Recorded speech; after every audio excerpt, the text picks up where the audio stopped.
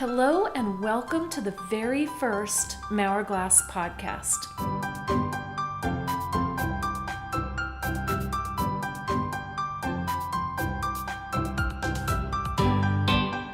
Today on the podcast, I'm answering the question, why am I here? So we're just basically talking about why I have decided to start podcasting and what the podcast in general will be about. And I would also like to introduce you to the behind the scenes guy that many of you may know somewhat from YouTube. He's usually very quiet until we get to the bloopers. And once we get to the bloopers, you realize that he is the one who is generally harassing me. And now he will have the opportunity to harass me in front of the scenes. Is that how you say that? On top of in front of the scenes? Yeah, I guess so. Instead of behind the scenes. So this is Artemis. Hi. So the reason that I'm starting a podcast, as many of you know, I have a YouTube channel. I'm a designer, and I talk a lot about design on YouTube. This podcast is really to take some of those discussions further and really to explore design in all aspects of our life and kind of how to be aware of the way that a designer generally looks at things. And we break things down a little differently than most people and just do it naturally. And what I've discovered about that is when you do that, you can look at something differently and look at some of the things that you took as a given that are actually a choice. And you realize that you have more choices than you might have otherwise realized that you have. So how long have you been a designer? I think I've been a designer my whole life. You know, I've always approached things with design. I've been an entrepreneur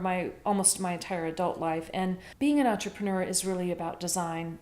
And I've always been sort of that big picture, thinking about systems and the way things flow. Even when I went into engineering school, the engineering that I chose was operations research and industrial engineering, which is just sort of a big way of saying the operations research is maximizing or optimizing efficiency, and the industrial engineering is manufacturing. And a lot of that was about designing a manufacturing plant, designing how things are built, workflow, I mean, even down to right-hand, left-hand charts. So really thinking about how each person is doing their work on a production line.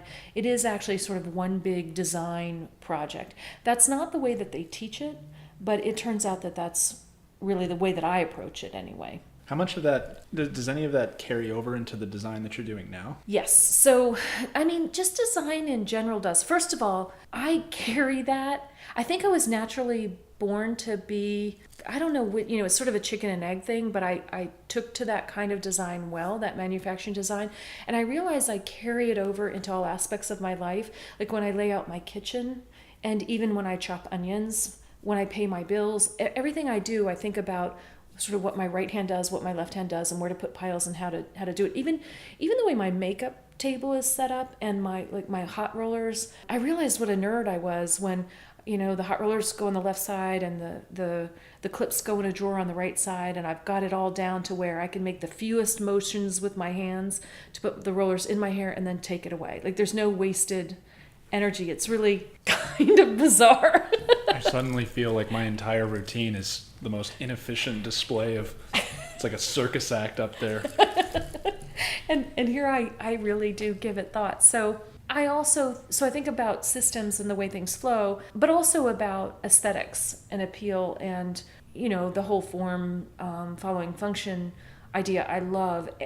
But there is a place just for beauty as well. I approach design. It's sort of a fish and water thing. Like at some point in my life, I realized that my whole life has been design and thinking about design. And podcasting in general, I had started the YouTube channel. I've always loved YouTube, and I wanted to give back to the YouTube community because I'd learned so much on YouTube. I've really enjoyed it. And you came along very early in my business, and I just hadn't realized I hadn't fully appreciated your film background until we started talking about it, and we realized that together we could start a YouTube channel, that you really had all of those skills. I remember asking you, like, were there any channels that you watched on online, or not even channels on YouTube, but just in general, like what online content you watch, and you sort of drew a blank. And then as we started making them, you started realizing just how much of it you were watching. Like you could name like 24 YouTubers or 24 content creators online that you watched pretty regularly, which is the exact same as watching it on TV or knowing your favorite episode of some show is coming out on a certain day of the week. Right, right.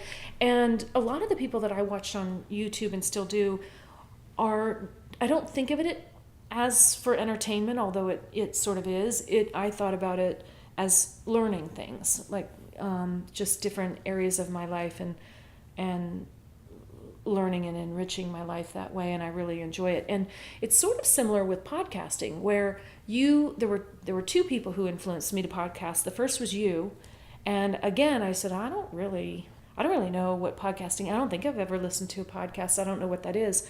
When in fact I had listened to podcasts. There were some people on YouTube that had these videos that had no video, it was just audio, and I listened to them. And then also there were some websites that I like that have these recordings that I would enjoyed listening to the recordings, and just didn't fully understand that they were podcasts. It's sort of the way that the medium sometimes becomes the format itself. Like when you say radio show, all that really is an audio show that happens to be on radio. So if that same show were put on a podcast medium, that is now a podcast. So it's not really a new thing. It's just a thing that now is in a digital hemisphere, so it's got a name. So right. And then there's a man named Javier Leyva who is a friend, and he has a podcast, and I was saying, kind of what is that, and I'd love to listen to it, but I don't know how. And he said, well, you have an iPhone. People say that, like, you have an iPhone, which, yeah, I have an iPhone, but I'm not always the most technical when it comes to these things. So I handed him my iPhone, and he set up his podcast and a couple of other podcasts on my iPhone, and so now I'm fully into the world of. So do you do the thing where you listen to podcasting when you're doing other things? I know it's saved my car rides. Yeah, so I do listen to them on car rides, and also, though, I listen to them while cleaning.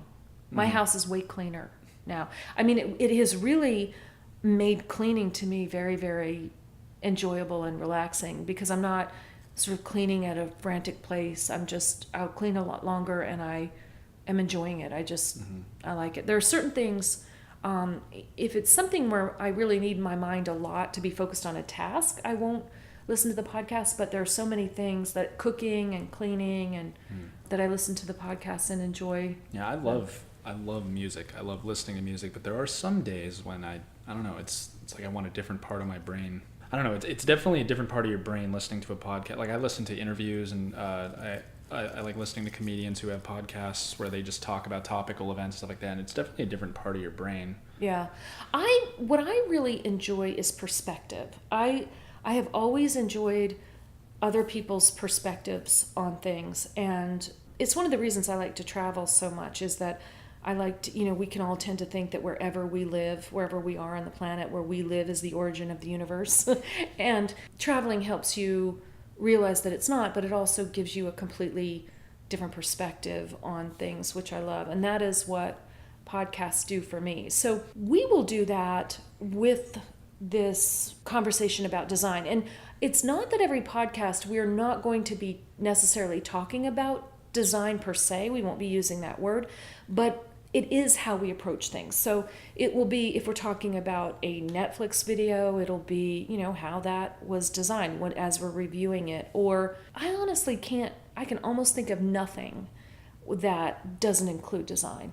Everything that you use, every object, every system, everything you've ever listened to, it has all been designed. And some of the design has been purposeful and some has not. And some of the most purposeful design you interact with is completely invisible to you. It's unknown. It is, this notion of the design you don't see is a very big part of your world. And that's what designers kind of pick apart and look at, because they're the ones knowing that they did this with a purpose. another reason that I'm in podcasting, as it turns out, is there were guests that we wanted to have on the YouTube channel, very interesting people that have a lot to say and have a lot to say about design, who did want to talk to us but were truly intimidated to be in front of a camera. And some of them even wanted to do it and got so far as to schedule, but then just said it was just too intimidating for them to be in front of a camera. And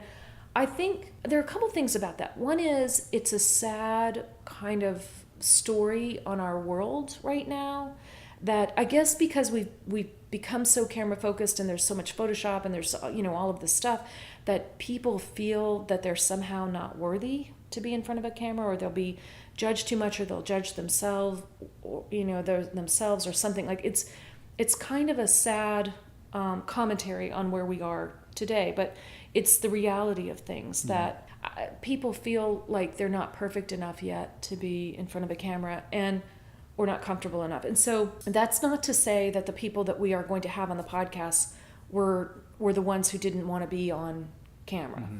But I do think that it will be easier to, speak with other people and talk with other people on a podcast. It's just less intimidating. Yeah, especially when you're working with people who, for instance, in film studies, you also have to take courses in documentary filmmaking. So instead of working with actors, you're working with just regular people who, a lot of them haven't been on camera purposely before. And as this next generation grows up, they've all grown up with iPhones, and there's footage of them out there, or they're used to being near cameras. Half of what you have to learn in documentary filmmaking is, detecting whether or not somebody is comfortable enough to be on camera and ways to make them more comfortable. Because sometimes it's not even a situation where, they're nervous about how they look. It's just there's something about anything you're about to do is going to be written down and recorded that they don't really like. They like drawing in the sand with their personality, and so they feel a comfort in that. There's also this notion, because it was difficult for me too. I had not been in front of a camera, and it is a different skill. It's a different thing. And there's this feeling that you are on, and you need to be different somehow and more professional. And you're going, well, I haven't been trained. I don't have voice training. I don't have, I haven't done whatever training it needs to be done to sit in front of a camera. Now, what happens, what it turns out is that the more comfortable you are in front of a camera, the better you look in front of, it's actually the exact opposite. Yeah. So, and you were pretty open too. Like most of the time when you're trying to get someone to be comfortable who has no desire to get good at being on camera, they fight it, or but you had a genuine, I would say, okayness with being on camera. So it was just a matter of practicing and getting better at it. I just felt like it was a skill that I could learn, that I wasn't good at it mm-hmm. at all, but that it was something that I would be able to learn with the right coaching. And you were really good at mm-hmm. coaching me for that. The good thing about the film school I went to is they didn't really allow you to learn how to direct or produce things unless you had at least some experience on the other side of the camera, because you can't ask and demand the world unless you know what that's exactly like. So I think it helped that I had to go through the same thing, because I'm one of those people who, unless it's a fictional work, I don't really like being on camera, and it's for like a couple of different reasons. And one of them, and it's another common one, is the idea of you feel like you are somehow polluting the project with your essence because there's someone probably more qualified, or someone better, or someone who knows more. So unless it's fiction, but I had to get over that, because you have to be able to get over that and be useful for whatever the project is, because it's someone else's vision, and you have to trust in that director that he has a bigger purpose and you do fit because he picked you. And right. So you have to have training on both sides. I think that's brilliant. And then there's also this thing where in the YouTube community, I guess because in YouTube you can really look at people's analytics and you can look at things, and in the YouTube community, in order to collaborate with other YouTubers, you need to be, about the same level. And I'm using my air quotes, whatever your analytics are, can't be too far above or below the other person, or they don't want to work with you. And, there's all of this stuff. With podcasting, there doesn't seem to be that. First of all, the analytics are more difficult to find. It's just harder to find. And then, so you really don't know how successful a podcast is quantitatively. And then the other thing is that I don't know. Okay, so I started learning more about podcasting because I was invited into a podcast group as a YouTuber, because podcasters were wanting to go into YouTube, and so they wanted to talk to me about YouTube. And what happened was I ended up falling in love with this concept of podcasting. And one of the things that I found about them is that they're very, very open. I think everybody I've ever met who is a podcaster is sitting down trying to figure out how to get me on their podcast. It isn't, you don't have this thing of, are you good enough and what are your analytics? It's, oh, you're doing a podcast? Okay, what are you doing? Let's figure out how you can be on mine. Mm-hmm. And it's just a very different kind of atmosphere. Yeah, It's and I think it has very to do nice. with a lot that people, your voice and what you say is, I think, the closest thing to, like, everyone's okay, I think, at their more core essence with sharing their thoughts and their ideas. And with podcasting, it's just your voice. So it's the most purest sense of your thoughts and mind. But when you get a camera involved, then it becomes more about, okay, how's my body language? What do I look like? How am I being perceived? It becomes a performance. You feel like it's it needs to be a performance. But if you maybe. strip that away with voice, suddenly they're just asking you about your thoughts and ideas, which most people are okay with sharing in the, and assuming that it's a comfortable situation. Right, and do it all the time with maybe not a microphone, but certainly a telephone. Yeah. Some people forget that there's a microphone even in the room after you record with them long enough. Whereas a camera, you're pretty much, unless you've had that training, you pretty much always know there's a camera there. Well, and yeah, you're much more aware of it. It's moving around. You're supposed to look at it or ignore it, and whereas with the microphone, you can stare it down or totally ignore it. It doesn't matter at all. So in terms of your preparation, how is podcasting different than YouTube? Well, for me, podcasting, I think, is a lot easier, but part of that is, I think, because I had started with YouTube. So a lot of the training and a lot of the discomfort and a lot of the acclimation that I had to get to YouTube just translates over into podcasting. So I think it's actually easier going that way. I think I started uphill and now I'm running downhill, Yeah, I would say I think you started with the harder in terms of personal comfort one, and it should be easier now. Yeah. Because that's a problem too, is some people, their podcast blows up and then they're suddenly asked to be on a YouTube channel, or they have the idea of maybe recording themselves doing the podcasting, and then suddenly it's a whole extra dimension.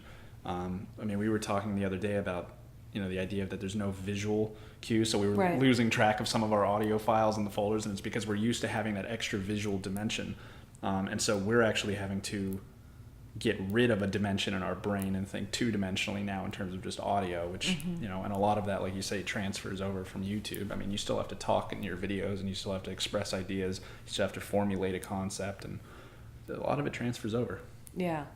And also I think it's a little more relaxed, whereas on YouTube you feel like you need to get your point across very, very quickly because there's a short attention span. For me, I know that I will listen to a podcast that is much, much, much longer than a YouTube video. I don't know what my attention span is for a YouTube video. It depends on the video itself and the content, but whatever it is, it's much shorter than for a podcast. I've listened to podcasts that are, if you really think about it, they're 8 hours, because it's one story over 10 or 12 episodes that are 45 minutes each or something like that. And so I don't feel, I just feel like I'm going to listen to the whole thing, and however they've chosen to break it down is how they've chosen to break it down. Because I will even, if I stop the car and the podcast is 1/3 of the way through, well, then it's on hold until I get back in the car. And that's fine. And so how are you going to, now that you have a YouTube platform and you're starting podcasting, how are you going to sort of mix the two together? Well, it'll be interesting to see. So the YouTube will continue on with design. We will put the podcasts up on the YouTube channel, and then sometimes where it warrants, there might be a video that talks about the same topic as the podcast. Not always, but sometimes, so that there will be, you can show things more on YouTube if there are some graphics and some pictures that can detail them, but this will be the deeper dive of whatever we've talked about on the YouTube channel. Now, but there will be topics we do here that we just don't do on YouTube at all, I'm sure. And vice versa. Right. So in terms of your design, what is the sort of main thing you're working on right now? Well, of course I have Jill Maurer, which is a fine jewelry brand that is, I say every piece is designed to be worn by anyone who feels a connection with it. male or female, just anyone at all. It's not designed for everybody, but it is designed for anybody. And so that's one of my projects. Is it unisex? Are you saying? I don't use the word unisex. It's to me it's kind of weird because it kind of sounds like uni means one sex, and it's not that. We're not asexual. It's just that I think I think that we break things down into men's and women's arbitrarily, and that it doesn't make sense. I mean, we've even seen how there was this big hysterical joke about when Bic came out with women's pens. I mean, we were just like, what? And I feel the same way with shampoo and I don't know, laundry soap and jewelry. I design for the human form, and some pieces are more masculine and more feminine, but that doesn't mean they're for men or women. Our hands are different scales, our sizes, things are different. They're just scaled differently, and a ring will either work for you or not, and any piece of jewelry. And I just feel like you should be able to wear what you want to wear, and if it works for you and it looks good on you, saying whether it's male or for men or women is completely arbitrary. In fact, a lot of the antique jewelry that we think of as feminine and women's jewelry was actually originally designed for a man. We've just made it up in our heads. So I just took the approach that I'm just designing jewelry, and I've always liked, for me, kind of masculine jewelry. There are masculine men who wear jewelry that is probably more feminine than what I wear. It looks great on them because maybe their bone structure is a little more refined than mine is. I just don't understand this distinction.